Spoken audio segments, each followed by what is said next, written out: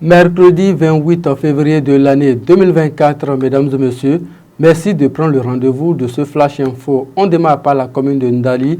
À l'aube du lundi 26 février 2024, un commerçant a été agressé à son domicile à Témé dans l'arrondissement de Bori, commune de Ndali. Ces assaillants ont réussi à emporter une moto et une somme de 60 000 francs CFA.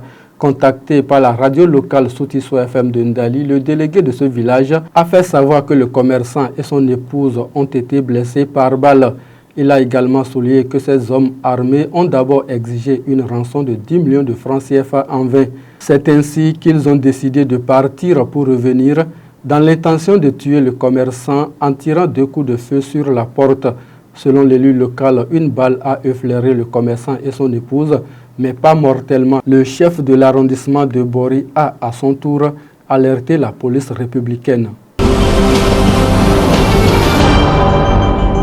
Il n'est plus un secret pour personne. Sabi Sira Korogone a définitivement tourné dos au mouvement populaire de libération MPL. Pour se donner une nouvelle vision et une orientation politique, le jeune acteur politique a lancé la création de son nouveau parti dénommé Coalition Bénin Debout. Le comité du congrès pour le lancement officiel de cette formation politique a été installé le dimanche 25 février 2024.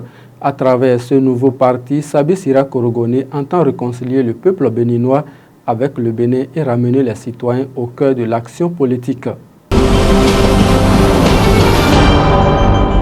La Fédération des syndicats de l'éducation nationale FESEN et la Confédération syndicale des travailleurs du Bénin CSTB annoncent une grève de 24 heures le 7 mars prochain.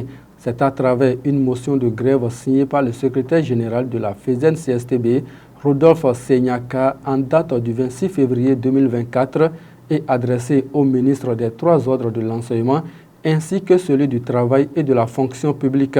Dans cette motion, la FESEN CSTB réclame l'amélioration des conditions de vie et de travail des aspirants au métier de l'enseignement, des enseignants des 3 ordres de l'enseignement, des agents contractuels de droit public de l'État, le recrutement d'enseignants qualifiés et bien d'autres.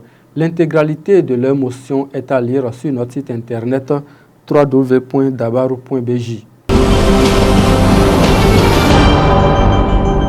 Hors du territoire béninois, à présent au Tchad, l'élection présidentielle censée mettre un terme à la transition entamée depuis 2021 suite à la mort d'Idriss Déby Itno devrait avoir lieu dans un peu plus de 2 mois, c'est-à-dire le 6 mai prochain. C'est la date annoncée hier mardi dans l'après-midi par le président de l'Agence nationale de gestion des élections lors d'une conférence de presse. La situation à l'est de la République démocratique du Congo était au cœur d'une rencontre à Luanda entre le président Tshisekedi Félix et son homologue anglais João Lourenço, médiateur dans cette crise. Cette rencontre fait suite au mini-sommet organisé le 18 février dernier en marge du sommet de l'Union africaine à Addis Abeba en Éthiopie. Objectif, établir un dialogue entre les présidents congolais et rwandais pour parvenir à une désescalade du conflit dans le Nord Kivu. C'est la fin de ce Flash Info, mesdames et messieurs. Merci de nous avoir suivis. Chérif Dinkora et Romain Kpana étaient à la réalisation. À très bientôt.